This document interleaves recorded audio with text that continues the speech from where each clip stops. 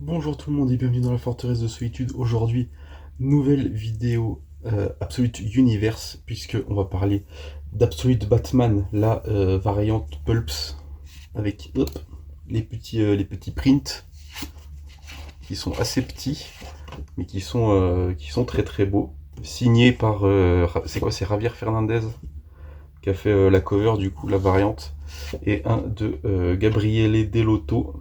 Hop, je les remets au début comme ça. Tac.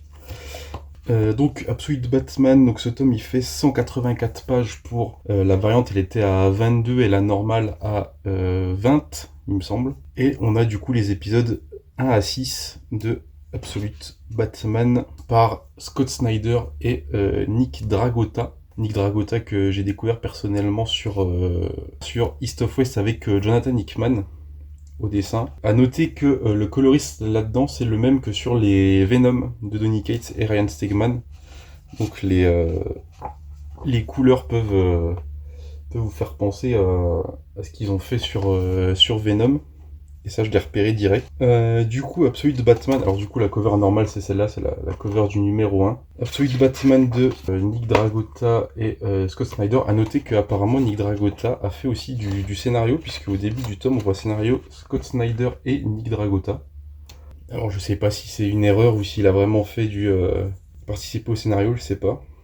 On a aussi du coup pour le quatrième chapitre, on a Gabriel Hernandez Walta, donc le dessinateur de La Vision avec Tom King, qui a fait le quatrième chapitre. Alors du coup l'histoire, alors déjà pour vous dire c'est complètement un actionneur décomplexé, mais avec quand même de la très bonne écriture. J'ai un peu envie de dire que c'est un peu un mix entre Wonder Woman et du Batman classique façon Scott Snyder. Ça se lit très très vite, ça se lit très bien surtout. Et on va du coup découvrir dans ces pages, on va découvrir donc un nouveau Batman, qui est toujours Bruce Wayne, mais qui, contrairement à la continuité classique, a perdu seulement son père dans une attaque au zoo de Gotham. Son père qui est prof et sa mère qui est assistante sociale, il me semble, qui du coup, lui, n'est pas du tout riche. Comme Scott Snyder l'écrit au début du deuxième chapitre, il est Batman à mort. C'est le Batman ultime. Le gars, il fait 2 mètres, je crois que ce Bruce Wayne, il fait genre 2 mètres 7 ou 2 mètres 10. Il doit faire dans les 100, 130, 150 kilos de muscles parce qu'il est giga tanké, le boug. Il est Batman à mort. Ou comme ils le disent en VO, Batman as fuck. En VO c'est AS, donc as fuck, et là en VF c'est AM, à mort. Justement la page.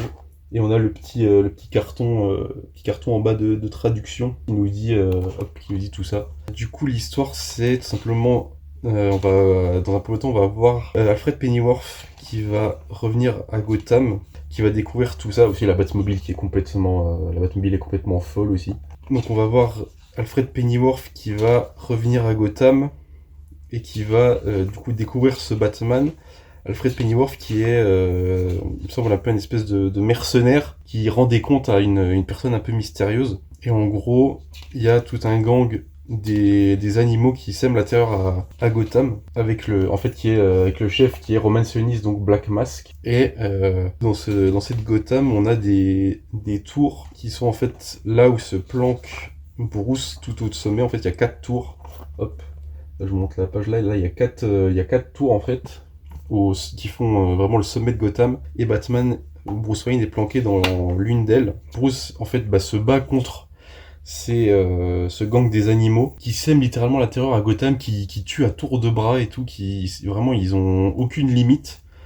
Dans le premier numéro justement on va voir du coup Black Mask qui va tuer de sang-froid Sal Maroni et le frère Falcon. Du coup il met hors jeu deux gars de la pègre en une soirée.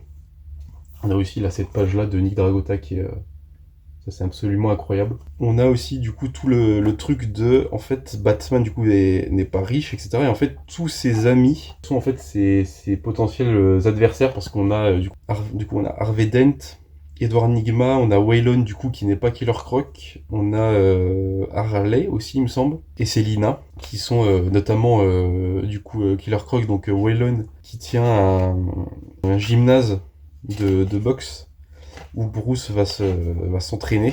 Des gros changements comme ça, et du coup là on a le numéro 4 qui est du coup la cover est faite par Nick Dragota, mais l'intérieur est fait par Gabriel Walta. On va découvrir les origines de Batman où en fait il se déguisait en espèce de chauve-souris un peu gothique, vraiment avec des fausses dents, avec du parasitant où il faisait vraiment vampire. Là-dedans, en fait, on le voit, il mord un gars. Vraiment, donc ça, c'est les origines, le 4e chapitre. Et ensuite, dans la fin du tome, du coup, on a en gros, à un moment, Black Mask va promettre 200 millions à Batman, du coup, en lui disant, ouais, tu vas pouvoir t'acheter des voitures, des machins. Donc on se dit, ah putain, il va devenir riche. Et en fait, ça arrive le jour il me semble que c'est le jour du mémorial ou un nom comme ça, du coup, qui commémore l'attaque du zoo. Et en fait, lui, il va faire quoi? Il va prendre les 200 millions, il va les foutre sur... Et du coup, en fait, cette année-là, ils ont décidé de pas allumer la lampe, le feu. Et lui, il fait quoi? Il va prendre les 200 millions, il va les foutre sur la lampe, et il va les faire cramer pour faire son logo dans le ciel sans le bas de signal, du coup. Comme il voit ça, du coup, ils disent, ouais, notre accord est rompu, et ça part en grosse baston. Il y a beaucoup de bastons. Nigragota fait beaucoup de planches avec beaucoup de petites cases, là, comme ça, qui marchent super bien. Il y a les pleines pages, elles sont divines à souhait. Bah, par exemple, là, cette double page-là, c'est une photo, mais elle est très très belle. Du coup, là où on voit tous les... du coup, là, on a Harvey. Là, c'est Eddie. Je pense que là, celle avec les lunettes, c'est Harley. L'autre, c'est du coup Selina. Là, c'est Bruce. Et là, c'est Waylon. Donc, Killer Croc. À noter que Selina a l'air d'être métisse.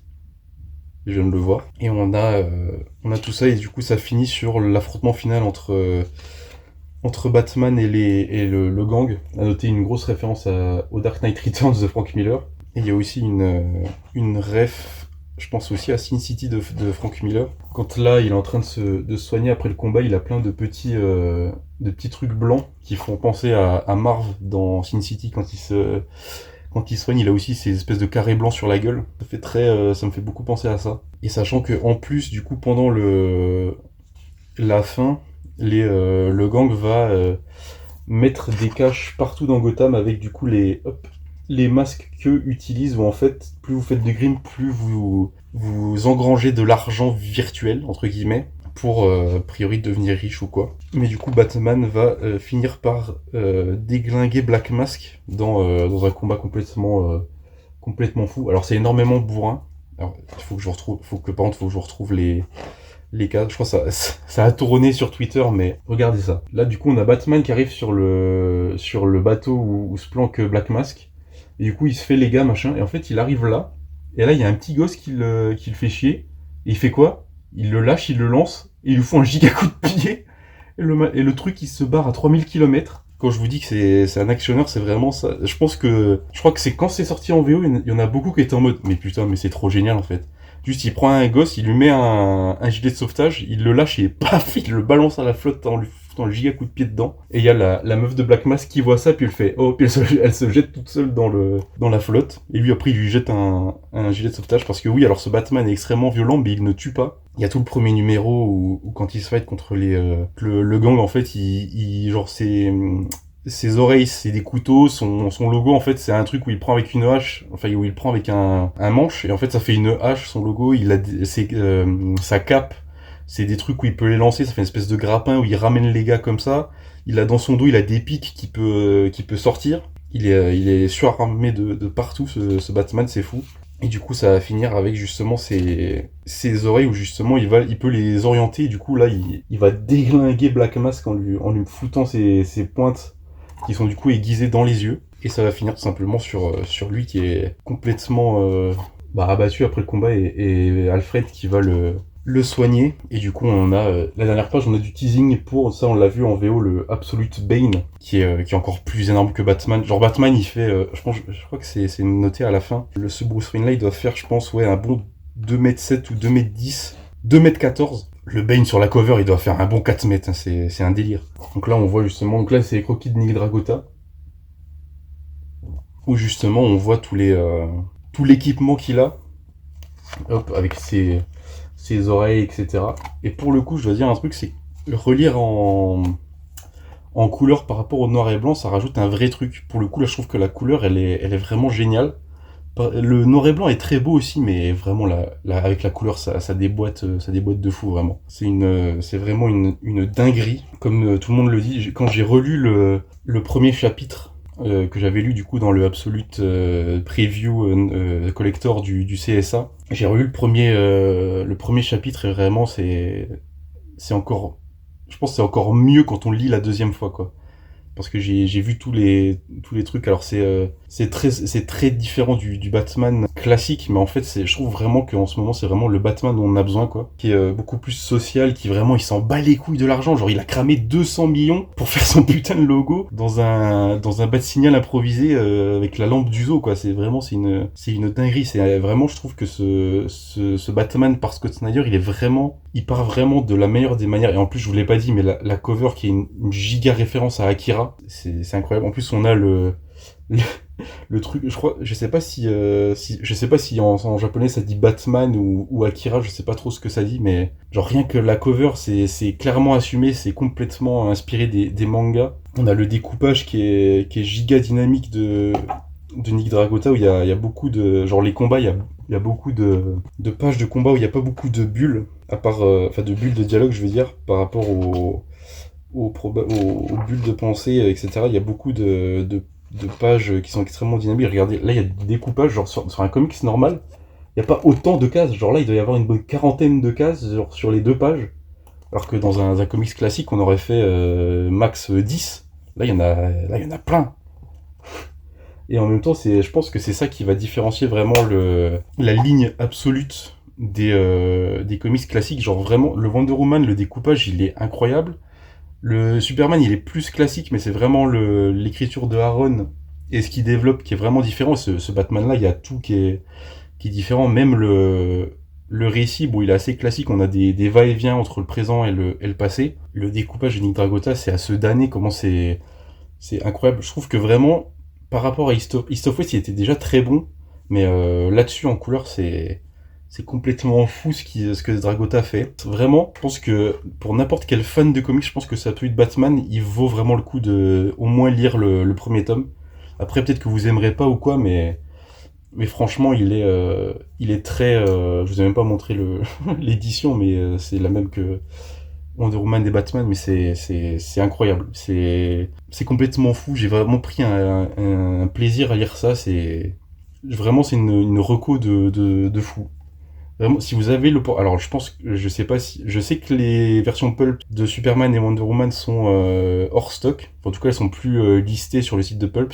Peut-être quand j'avais regardé Batman, il y en avait encore, mais peut-être qu'il y en a plus. De toute façon, même avec la cover normale, c'est quoi? C'est 20 balles la normale. Donc franchement, je vous dis, genre foncez. Hein. Pour 20 balles, c'est probablement ce que vous pouvez lire de mieux en ce moment, en tout comics confondu, je pense. Et franchement, si vous kiffez ça, je vous recommande quand même le Wonder Woman et le Superman. Plus le Wonder Woman que le Superman, parce que le Wonder Woman, je trouve vraiment Kelly Thompson, elle apporte quelque chose de super avec son écriture. Et en plus, si vous prenez la Pulp, vous avez les petits prints qui sont de bien meilleure qualité que ceux de Panini, parce que Panini, leurs prints, c'est des vieux trucs en plastoc qui se plient comme pas possible, alors que là, c'est du vrai cartonné. Enfin, cartonné. C'est du papier de qualité, quoi. C'est pas un vieux truc plastique qui se tord dans tous les sens comme une page. Là, c'est un vrai truc. Et ben moi, je vous dis à la prochaine. Et surtout, n'oubliez pas de lire sans concession. Ciao.